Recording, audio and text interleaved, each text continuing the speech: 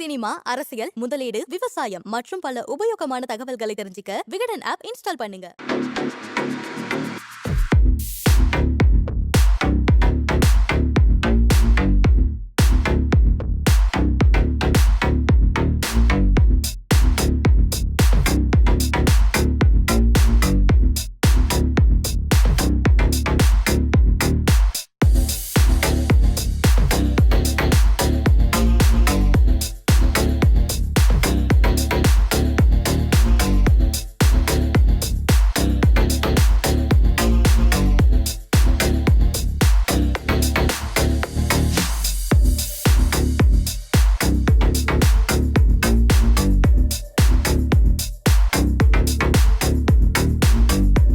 இன்றைக்கி நம்ம எல்லாருக்கும் இருக்கிற பெரிய டவுட் என்ன தெரியுங்களா? பெட்ரோல் ஸ்கூட்டர் வாங்குறதா இல்லை எலக்ட்ரிக் ஸ்கூட்டர் வாங்குறதா அப்படிங்கிறதா. உலகமே ஏன் ஈவிக்கு மாறணும், அதாவது பெட்ரோல் டீசலை தாண்டி ஏன் எலக்ட்ரிக் வெஹிக்கிளுக்கு போகணும் அப்படிங்கிற ஒரு முக்கியமான கேள்விக்கு காரணம் ஃபஸ்ட்டு விஷயம் என்விரான்மெண்ட்டை காப்பாற்றணும் அப்படிங்கிறது தான். ரெண்டாவது, மக்கள் நிறைய பேர் ஈவிக்கு வரணும் அப்படிங்கிறதுனால பெட்ரோலை விட எலக்ட்ரிக் வெஹிக்கிள் கண்டிப்பாக காஸ்ட் கம்மியாகும், நீங்கள் நிறைய சேவ் பண்ணலாம் அப்படின்னு சொல்கிறாங்க. ஒரு பெட்ரோல் வெஹிக்கிளை வச்சுருக்கிறத விட ஈவி நீங்கள் வாங்கினீங்கன்னா ஒரு 30,000 ரூபாய் சேவ் பண்ண முடியும் அப்படின்னு சொல்கிறாங்க. ஆனால் இன்றைக்கி மார்க்கெட்டில் நம்ம ஒரு எலக்ட்ரிக் வெஹிக்கிள் வாங்கலான்னு போனால் கிட்டத்தட்ட 1,20,000 1,50,000 60,000 வரையும் எலக்ட்ரிக் வெஹிக்கிள்ஸ் எல்லாம் சேல் ஆகிட்டுருக்கு. எல்லோரும் என்னது அவ்வளோ காசா, அதுக்கு நான் பெட்ரோல் வெஹிக்கிளே வாங்கிட்டு போயிடுவேனே அப்படின்னு கேட்க ஆரம்பிச்சிட்டாங்க. இப்போ நம்ம கூட இருக்கிற எலக்ட்ரிக் பைக் என்ன அப்படின்னு பார்த்தீங்கன்னா ஓலாவோட S1Air அப்படிங்கிற ஒரு மாடல் தான். இந்த மாடல் நீங்கள் அஃபோர்டபுளாக இருக்கும், நீங்கள் வாங்கிக்கலாம் அப்படின்னு சொல்கிறாங்க. எவ்வளோ அப்படின்னு பார்த்தீங்கன்னா 1,10,000 ரூபாய் எக்ஷோரூம் ப்ரைஸில் இருக்குது. ஆன் ரோட் பார்த்தீங்கன்னா கிட்டத்தட்ட 1,18,000 ரூபாய் ஆன் ரோட்டில் கிடச்சிரும். ஸோ இந்த வெஹிக்கிளை பற்றி தான் இந்த வீடியோவில் நம்ம முழுசாக பார்க்க போகிறோம்.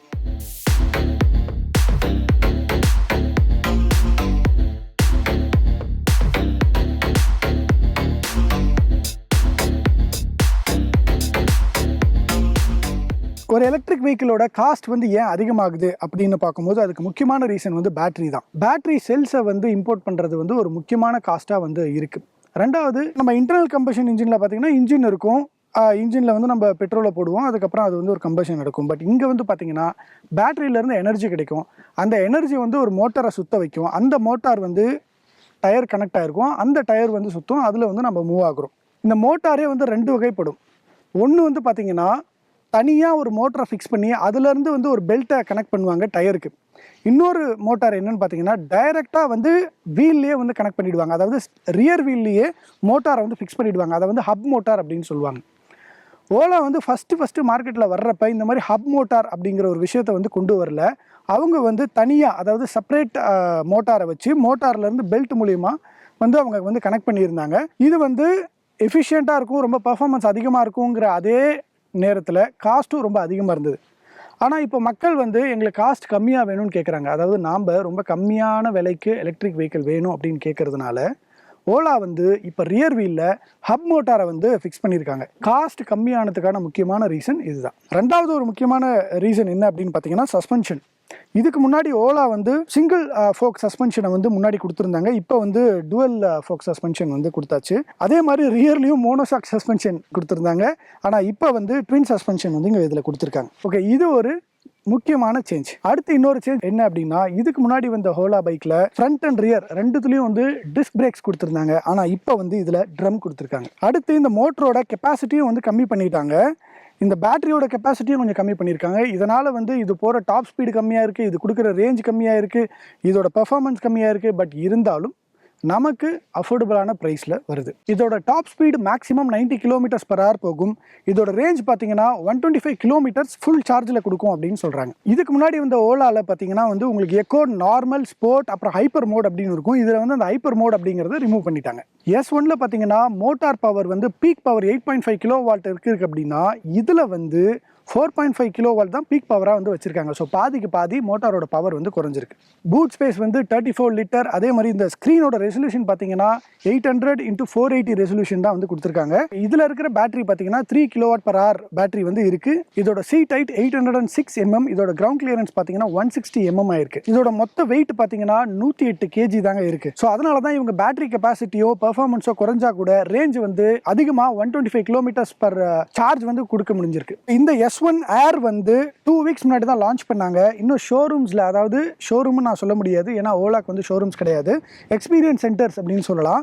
ஸோ எக்ஸ்பீரியன்ஸ் சென்டர்ஸில் இந்த வெஹிக்கிள் வந்து அவைலபிளாக இருக்குது. நீங்கள் போயிட்டு வந்து இது எப்படி இருக்குது என்ன நேர்லலாம் பார்த்து எக்ஸ்பீரியன்ஸ் பண்ணலாம். புக்கிங்கும் வந்து அவைலபிளாக இருக்குது, நீங்கள் புக் பண்ணிக்கலாம். புக் பண்ணால் கிட்டத்தட்ட உங்களோட லொக்கேஷனை பொறுத்து ஒரு 2 டேஸ் 3 டேஸ்லேருந்து ஒரு 15 டேஸ்க்குள்ளார வந்து கண்டிப்பாக டெலிவர் பண்ணிவிடுவோம் அப்படின்னு சொல்கிறாங்க. ஸோ இந்த மாடல் வந்து 1,10,000 எக்ஷோரூம் ப்ரைஸ், அப்புறம் 1,18,000 ஆர் 1,20,000, அது நீங்கள் இருக்கிற ஸ்டேட்டை பொறுத்து. நம்ம தமிழ்நாட்டில் 1,18,000 ஆன் ரோட் ப்ரைஸ். இதே கர்நாடகா இல்லை வந்து வேறு ஸ்டேட்னா அந்த ஸ்டேட்டுக்கு ஏற்ற மாதிரி வந்து அதோட ஃபேம் சப்சிடிஸ் பொறுத்து வந்து மாறும்.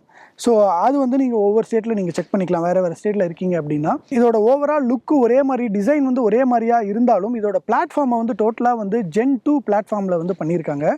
அந்த Gen 2 பிளாட்ஃபார்ம் தான் வந்து S1 Pro அப்படின்னு சொல்லிட்டு ஆகஸ்ட் மாதம் 15th வந்து லான்ச் ஆக போகுது. அதை பற்றி நம்ம இன்னும் டீட்டெயிலாக வந்து இன்னொரு வீடியோவில் சொல்லியிருக்கோம். ஃபீச்சர்ஸ் அப்படியே இருக்கணும், பர்ஃபார்மன்ஸ் கொஞ்சம் குறையலாம், பேட்டரி கெப்பாசிட்டி கொஞ்சம் குறையலாம், ஆனால் விலை வந்து ரொம்ப கம்மியாக இருக்கணும் அப்படிங்கிற நம்ம எதிர்பார்ப்பை பூர்த்தி செய்யணும் அப்படிங்கிறதுக்காகவே இந்த S1Air அப்படிங்கிற மாடலை வந்து லான்ச் பண்ணியிருக்காங்க. இது வந்து அதிகமாக நிறைய பேரால் வாங்கப்படும் அப்படின்னு ஓலா ரொம்ப நம்புறாங்க. நீங்கள் என்ன சொல்கிறீங்க அப்படிங்கிறத வந்து கமெண்ட்டில் பதிவு பண்ணுங்கள். டிசைனில் வந்து எந்த ஒரு பெரிய சேஞ்சஸும் கிடையாதுங்க. பார்க்குறதுக்கு அப்படியே முன்னிருந்த ஓலா மாதிரியே தான் இருக்கும்.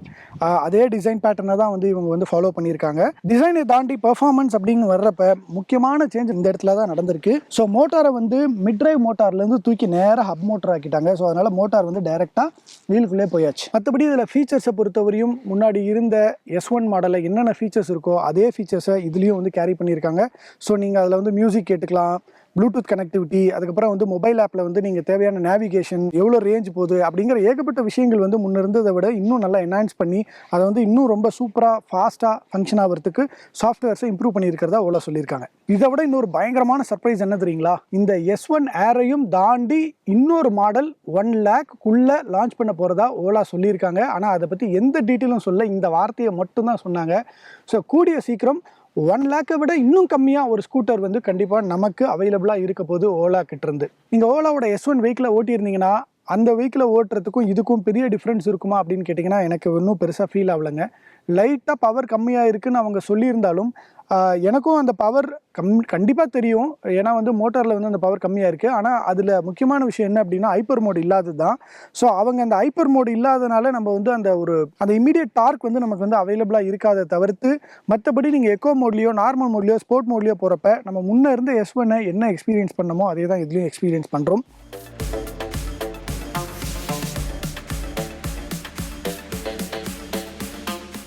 ஹேண்ட்லிங்கை பொறுத்தவரை இதோட ஃப்ரேமும் இதோடைய பாடி ஸ்ட்ரக்சரும் இதோடைய ரைடிங் பொசிஷனும் எல்லாமே வந்து பழைய ஓலா S1 மாதிரியே இருக்கிறதுனால எனக்கு அதில் ஒரு பெரிய சேஞ்சஸ்லாம் எதுவும் இல்லை. என்னால் ஈஸியாக வந்து ஹேண்டில் பண்ணி போக முடிஞ்சுது, டர்ன்ஸ் எல்லாம் ஈஸியாக எடுக்க முடிஞ்சுது. ஸோ அந்த வகையில் எந்த ஒரு பிரச்சனையும் இல்லை.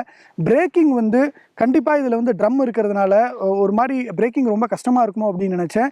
இப்போ இது புது வெஹிக்கிளாக இருக்கிறதுனால வந்து எனக்கு பிரேக்கிங் பைட்ஸ் வந்து ஓகே தான். பட் இருந்தாலும் கொஞ்சம் டிஸ்க் ஓட்டி பழகிட்டதுனால திடீர்னு வந்து இந்த எலக்ட்ரிக் வெஹிக்கிளில் ட்ரம் அப்படின்னும் போது வந்து நம்ம கொஞ்சம் ஒரு மாதிரி பயமாக இருக்குது. ஏன்னா உங்கள் எல்லாருக்கும் தெரிஞ்சிருக்கும், எலக்ட்ரிக் வெஹிக்கிள் ஓட்டுறவங்களுக்கு கண்டிப்பாக இதோட டார்க் வந்து ரொம்ப இமீடியட்டாக இருக்கும். ஸோ நீங்கள் வந்து அப்படி ஒரு முறுக்குனீங்க அப்படின்னா வந்து இன்டர்னல் கம்பஷன் இன்ஜினை விட ஸ்கூட்டர்ஸை விட ரொம்ப ஸ்பீடாக வந்து மூவ் ஆகும். ஸோ அப்போ பிரேக்கிங் வந்து கண்டிப்பாக வந்து ரொம்ப பவர்ஃபுல்லாக இருக்கணும் அப்படிங்கிறதுனால தான் எலக்ட்ரிக் வெஹிக்கிள் மார்க்கெட்டுக்கு வரும்போதே வந்து டிஸ்க் பிரேக்கில் தான் வந்து நிறைய மேனுஃபேக்சரர்ஸ் வந்து லான்ச் பண்ணிட்டு இருந்தாங்க. ஆனால் இப்போ காஸ்ட் கம்மி பண்ணும் அப்படிங்கிறதுக்காக ட்ரம்முக்கு வந்திருக்காங்க.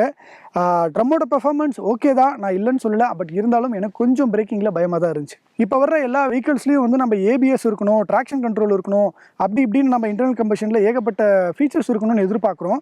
எலக்ட்ரிக் வெஹிக்கிள் இன்றைக்கி கண்டிப்பாக ஒரு சூப்பரான ஸ்பீடில் தான் போகுது, சூப்பரான டார்க்கில் தான் இருக்குது. அதுக்கு நம்ம சேஃப்டி விஷயத்துலையும் வந்து கண்டிப்பாக வந்து கவனிக்கணும். என்னதான் இதில் கம்பைன்டு பிரேக்கிங் சிஸ்டம் இருந்தாலும் ABS எல்லாம் வந்து கண்டிப்பாக கொடுத்தே ஆகணும்னு நம்ம வந்து நிறைய இடத்துல சொல்லியிருக்கோம். அப்படி இருக்கும்போது டிஸ்கில் இருந்து ட்ரம்முக்கு வர்றதுங்கிறது காஸ்ட்டுக்காக வந்து நம்ம சேஃப்டியை காம்ப்ரமைஸ் பண்ணணுமா அப்படிங்கிற ஒரு கேள்வியும் இருக்குது. இல்லை நான் இந்த வெஹிக்கிளை வந்து ஒரு 50-60 தாண்ட மாட்டேன், நான் சிட்டிக்குள்ளே தான் ஓட்ட போகிறேன் அப்படின்னா கண்டிப்பாக நான் இந்த வெஹிக்கிளை வந்து குறைய சொல்ல மாட்டேன்.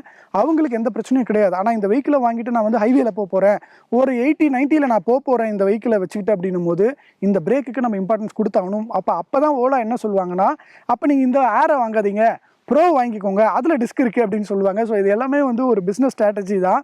ஸோ நீங்கள் உங்களுக்கு சிட்டிக்குள்ளே தான் ஓட்ட போகிறேன், எனக்கு காஸ்ட்டும் கம்மியாக வேணும்னா இதை வாங்கிக்கோங்க. இல்லை எனக்கு பர்ஃபார்மன்ஸும் வேணும், எனக்கு சேஃப்டியும் ரொம்ப முக்கியம், அதே மாதிரி நான் நல்ல லாங் ஹைவேலையும் வந்து என்ஜாய் பண்ணணும் அப்படின்னா நீங்கள் வந்து ப்ரோ வாங்கிக்கோங்க அப்படிங்கிறாங்க. ஸோ நீங்கள் தான் டிசைட் பண்ணணும் எது வாங்கலாம் அப்படின்னு.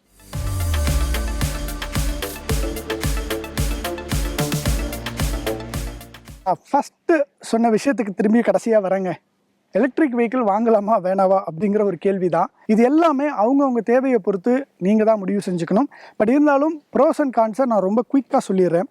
எலக்ட்ரிக் வெஹிக்கிள் உங்களுடைய மாத செலவை கம்மி பண்ணுமா அப்படின்னு கேட்டால் கண்டிப்பாக கம்மி பண்ணும். ஏன்னா வந்து நீங்கள் டெய்லியும் பெட்ரோல் போடுறத விட நீங்கள் டெய்லியும் சார்ஜ் பண்ணி ஒரு 50 கிலோமீட்டர்ஸ் ஒரு 60 கிலோமீட்டர்ஸ் தான் ஒரு நாளைக்கு நான் ட்ராவல் பண்ணுறேன் அப்படின்னா கண்டிப்பாக எலக்ட்ரிக் வெஹிக்கிள் வந்து உங்களுடைய காசை மிச்சப்படுத்தும். ஆனால் இப்போ இருக்கிற கரண்ட் ரேட்டுக்கு இதெல்லாம் ஓகே. ஆனால் ஃப்யூச்சரில் எலக்ட்ரிக் வெஹிக்கிள் யூஸ் பண்ணுறவங்களுக்கெல்லாம் வந்து தனி கரண்ட்டு, அவங்களுக்கு தனியாக வந்து சார்ஜஸ் இன்க்ரீஸ் பண்ணிட்டாங்க அப்படின்னா ஸோ அந்த டைமில் இப்போ நம்ம சேவ் பண்ணுற காஸ்ட்டும் அப்போ சேவ் பண்ண முடியுமா அப்படின்னா அதெல்லாம் ஒரு பெரிய கேள்வி. ஆனால் இதெல்லாம் ஃப்யூச்சரில் தான்.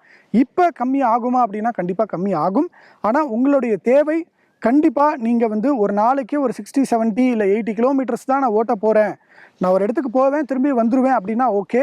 ஆனால் நான் வந்து திடீர்னு எங்கே போவேன்னு தெரியாது, இங்கேருந்து ஒரு 30 கிலோமீட்டர்ஸ் போவேன், அங்கேருந்து திடீர்னு எங்கே போவேன்னு தெரியாது, ஒரு நாள் ஃபுல்லாக பயங்கரமாக சுற்றணும் அப்படின்னா எலக்ட்ரிக் வெஹிக்கிளை வச்சு நீங்கள் பிளான் பண்ணுறதுங்கிறது கொஞ்சம் கஷ்டம். ஒரு ப்ரீ பிளான்டான டேவாக நீங்கள் இருந்தால் கண்டிப்பாக தாராளமாக இந்த எலக்ட்ரிக் வெஹிக்கிள் எடுத்து நீங்கள் சுற்றலாம். ஆனால் இமீடியட்டாக ஒரு பெட்ரோல் போட்டுக்கிற மாதிரி இதை வந்து சார்ஜ் பண்ணிக்க முடியுமா அப்படின்னு கேட்டிங்கன்னா வந்து சார்ஜிங் டைம் வந்து ஒரு 15 மினிட்ஸ் to 20 மினிட்ஸாவது ஆகும். நீங்கள் அந்த டைமை வந்து ஒரு இடத்துல நின்று நீங்கள் வேஸ்ட் பண்ண முடியும், உங்களால் ஸ்பெண்ட் பண்ண முடியும் அப்படின்னா வந்து நீங்கள் ஒரு 15 மினிட்ஸ் நின்று சார்ஜ் பண்ணி வந்து இந்த வெஹிக்கிளை வந்து நீங்கள் எங்கேனாலும் எடுத்துகிட்டு போகலாம். பெட்ரோல் மாதிரி நம்ம வந்து போயிட்டு ஒரு 2 மினிட்ஸ் 3 மினிட்ஸில் பெட்ரோலை போட்டு நம்ம வண்டி எடுத்துகிட்டு போக முடியாது. கண்டிப்பாக ஒரு 50 to 20 மினிட்ஸாக ஸ்பெண்ட் பண்ண வேண்டியதாக இருக்கும் நீங்கள் எலக்ட்ரிக் வெஹிக்கிள் வாங்குறதா இருந்தால். ஆனால் இதுக்கு சொல்யூஷன் என்ன அப்படின்னா ஃப்யூச்சரில் ரொம்ப ஸ்பீடாக சார்ஜ் பண்ணுறதுக்கான ஃபெசிலிட்டி வந்து இம்ப்ரூவ் ஆகணும், இன்ஃப்ராஸ்ட்ரக்சர் ரொம்ப அதிகமாகணும். இன்றைக்கி எப்படி ரோட்டில் வந்து ஒரு கார்னர்லேருந்து இன்னொரு கார்னருக்குள்ளே நிறைய பெட்ரோல் பம்ப்ஸ் இருக்கோ அந்த மாதிரி வந்து எல்லா இடத்துலையும் சார்ஜிங் ஸ்டேஷன்ஸ் வரணும். ஸோ அந்த மாதிரி சார்ஜிங் ஸ்டேஷன்ஸ் வந்து நம்மளால் வந்து ஒரு 5 to 10 மினிட்ஸ்க்குள்ளார பைக்கை வந்து அட்லீஸ்ட் ஒரு 50% நம்ம வந்து சார்ஜ் பண்ண முடியும் அப்படின்னா அந்த அட்வான்ஸ்டு இன்ஃப்ராஸ்ட்ரக்சர்ஸோட அந்த ஒரு சார்ஜிங் ஃபெசிலிட்டியோட இந்த உலகத்தை எலக்ட்ரிக் வெஹிக்கிள்ஸ் வந்து ஆளும் அப்படின்னா கண்டிப்பாக அதில் எந்த மாற்று கருத்தும் கிடையாது. ஆனால் அதையும் தாண்டி நிறைய ஆல்டர்னேட்டிவ்ஸும் நம்ம பார்க்க வேண்டியது இருக்குது. So combination of internal combustion engine and combination of electric எல்லாம் சேர்ந்து கண்டிப்பாக இந்த உலகத்தை ஒரு பசுமையான உலகமாக மாற்றணும் அப்படிங்கிறது தான் நம்ம எல்லாரோட கோலும். ஸோ அதுக்காக தான் வந்து கவர்மெண்ட்டும் சரி, மக்களும் சரி, மேனுஃபேக்சரும் சரி என்னென்ன வகையில் வந்து நம்ம வந்து என்விரான்மெண்ட்டை காப்பாற்ற முடியும் அப்படின்னு ட்ரை பண்ணிக்கிட்டு இருக்காங்க. இதில் எலக்ட்ரிக் வெஹிக்கிள் ஒரு ஆப்ஷனாக நம்ம முன்னாடி இருக்குது. ஆனால் இதையும் தாண்டி வேறு ஆப்ஷன்ஸ்லாம் வருமா அப்படின்னு பார்க்கலாம். இப்போதைக்கு எலக்ட்ரிக் வெஹிக்கிளோட காஸ்ட்டை கம்மி பண்ணுறதுக்கு மேனுஃபேக்சரர்ஸ் மும்பரமாக இருக்காங்க. அதனுடைய விளைவு தான் S1Air. இந்த வெஹிக்கிளை பற்றி டீட்டெயிலாக இந்த ரிவ்யூவில் நீங்கள் பார்த்தீங்க. இந்த வீடியோ பிடிச்சிருந்தா லைக் பண்ணுங்கள், ஷேர் பண்ணுங்கள். இந்த மாதிரி இன்னும் எந்த ஒரு எலக்ட்ரிக் வெஹிக்கிள் வேணும் அப்படிங்கிறதையும் கமெண்ட்டில் பதிவு பண்ணுங்கள். அந்த வீடியோவோட உங்களை வந்து மறுபடியும் பார்க்குறேன். நான் உங்கள் TJ. நன்றி. சினிமா, அரசியல், முதலீடு, விவசாயம் மற்றும் பல உபயோகமான தகவல்களை தெரிஞ்சுக்க விகடன் ஆப் இன்ஸ்டால் பண்ணுங்க. லிங்க் கீழே டிஸ்கிரிப்ஷன்ல இருக்கு. உடனே டவுன்லோட் பண்ணுங்க.